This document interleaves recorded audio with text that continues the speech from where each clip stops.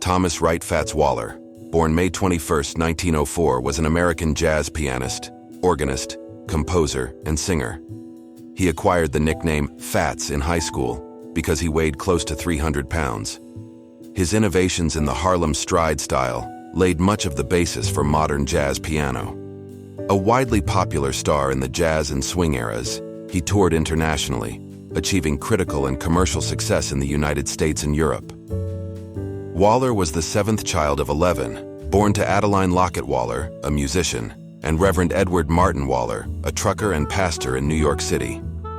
He started playing the piano when he was 6 and began playing the organ at his father's church 4 years later. His mother instructed him in his youth, and he attended other music lessons, paying for them by working in a grocery store. Waller left school at 15 to work as an organist at the Lincoln Theater in Harlem, where he earned $32 a week. Within 12 months, he had composed his first song. He was the prize pupil and later the friend and colleague of the stride pianist James P. Johnson. Waller had serious musical aspirations and longed to follow in George Gershwin's footsteps and compose concert music. But he knew that was not in the cards due to racial barriers of the first half of the 20th century. Waller copyrighted over 400 songs, many of them co-written with his closest collaborator, Andy Razaf.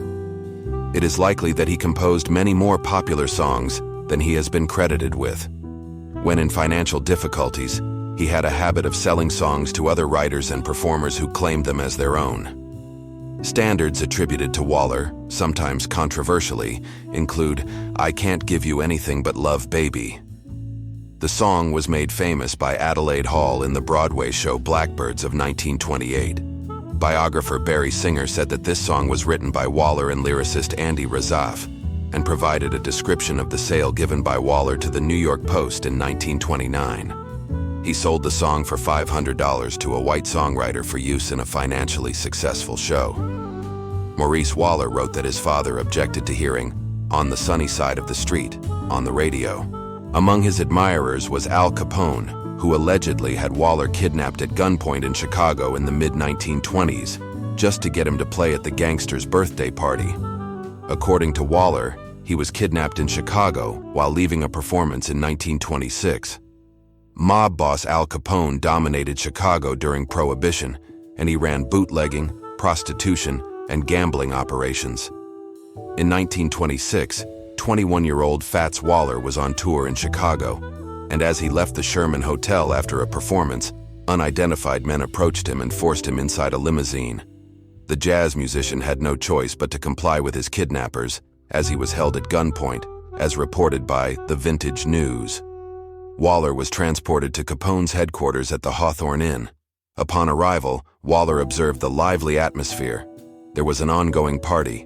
With a gun to his back, he was pushed towards a piano and told to play.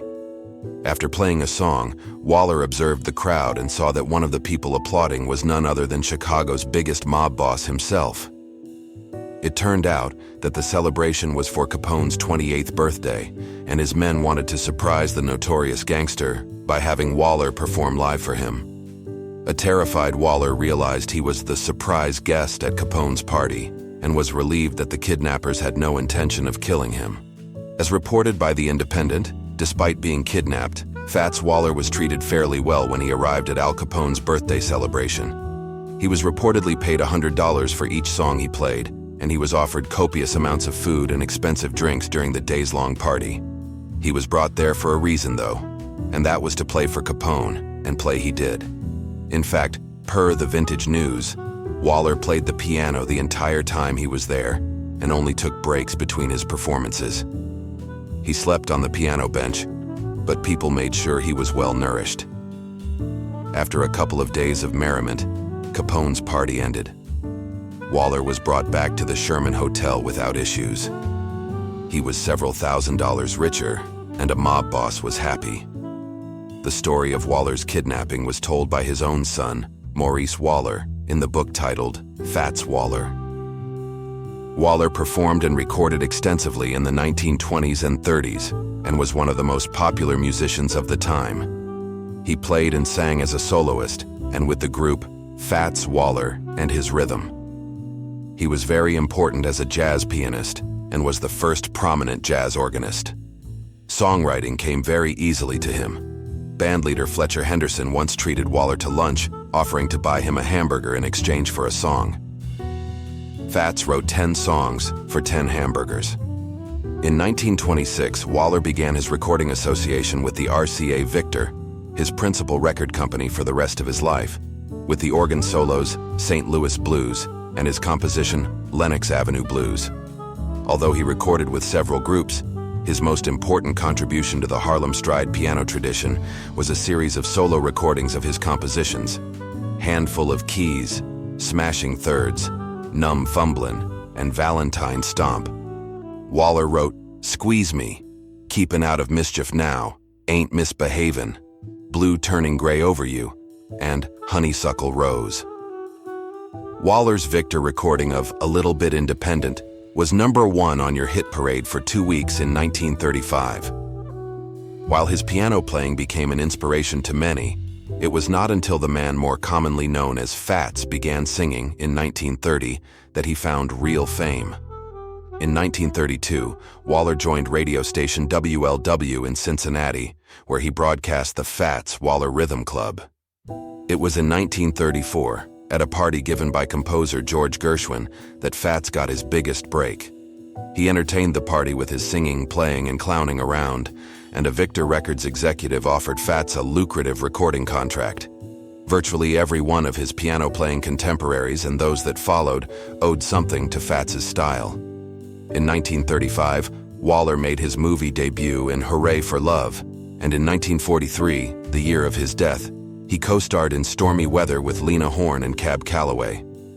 For the hit Broadway show Hot Chocolates, he and Razaf wrote What Did I Do to Be So Black and Blue, which became a hit for Ethel Waters and Louis Armstrong. Later in Waller's career, he had the distinction of becoming the first African-American songwriter to compose a hit Broadway musical. Even as late as 1943, the idea of a black composer writing the score for a standard-issue white show was unheard of.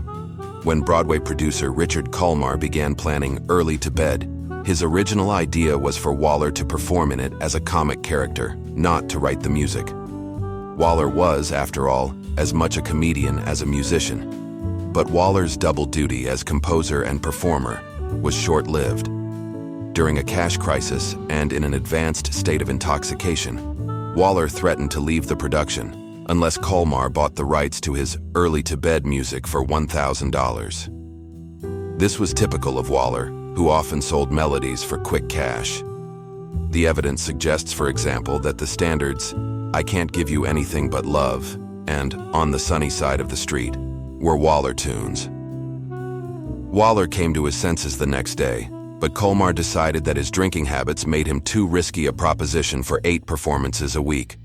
From then on, Waller was the show's composer only. In 1938, Waller was one of the first African Americans to purchase a home in the Addisley Park section of Queens, a New York City community with racially restrictive covenants. After his purchase and litigation in the New York state courts, many prosperous African Americans followed, including many jazz artists such as Count Basie, Lena Horne, Ella Fitzgerald, and Milt Hinton. Waller contracted pneumonia and died on December 15, 1943, while traveling aboard the famous cross-country Los Angeles to Chicago train, the Super Chief, near Kansas City, Missouri. Waller was returning to New York City from Los Angeles after the smash success of Stormy Weather and a successful engagement at the Zanzibar Room in Santa Monica, California, during which he had fallen ill. More than 4,200 people were estimated to have attended his funeral at Abyssinian Baptist Church in Harlem. Afterwards, he was cremated, and his ashes were scattered over Harlem from an airplane piloted by an unidentified African-American World War I aviator. This is Bruce from One Track Jazz. Thanks for listening, and please, like and subscribe. Don't forget to click on the playlist link in the description to hear biographies on other great jazz legends.